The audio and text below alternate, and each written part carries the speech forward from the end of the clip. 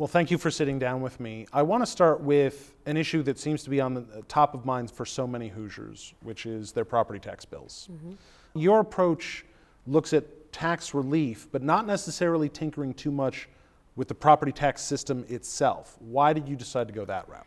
Yeah, so first of all, we tried to take an approach that was bipartisan. So we took some language that had been introduced by Senator Holdman, who I have great respect for. He's Republican.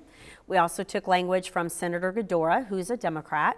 And they had really good language with existing fiscals to do it the way we're doing it, looking at it through a different lens, looking at it more through that state lens versus the local, because we were very concerned about the local level funding. So when you've got schools and libraries and police and fire and parks and the list goes on that are being funded through that, and I talked to enough local leaders, they were like, we can't sustain that. So we knew we wanted to give some property tax relief, but also not hammer the local levels. Is there any way to rein in the state's Medicaid spending without cutting services that people are already receiving? No.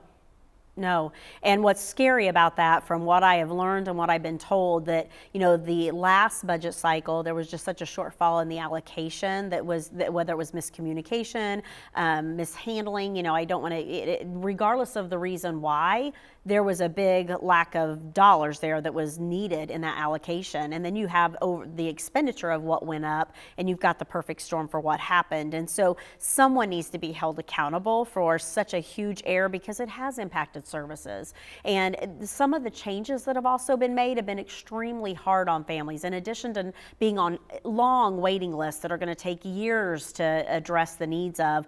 It's a financial piece of it, it's a workforce need of it, it's a red tape problem. The Medicaid fix is going to be very, very difficult, and it's going to be very expensive. But like you mentioned, there are a lot of big ticket items that are going to be gobbling up that budget quickly. We've seen Mike Braun now saying he wants to make the school choice voucher program universal. Is that the right move for Indiana?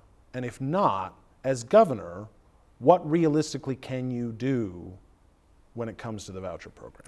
As we expand that program, the data shows us it's clearly kids who have already gone to private schools. We're just now funding it. They come from typically a suburban, white, wealthier family. And so when we look at the intent of the program versus what is happening with the program, that gives us pause as well. It's not about getting kids who are at risk out of poor performing schools, or getting kids who went to public schools and it just didn't fit, giving them a different choice. That's not what this is about. It's very interesting how that program is working, but we need to pump the brakes on school choice. We could capture hundreds of millions of dollars a year. The last biennium was very expensive, but in totality, you're looking at $1.6 billion. We cannot sustain that. You've made women's reproductive rights, the state abortion ban, a central theme. As governor, what can you realistically do to address the concerns that many Hoosiers have about how far that ban has gone?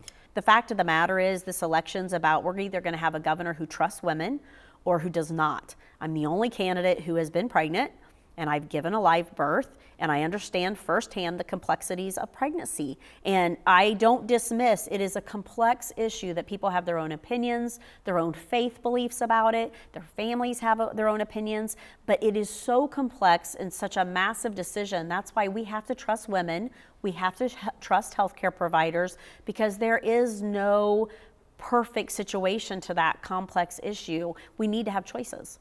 Thank you so much for sitting down with me. Thank you. Thanks.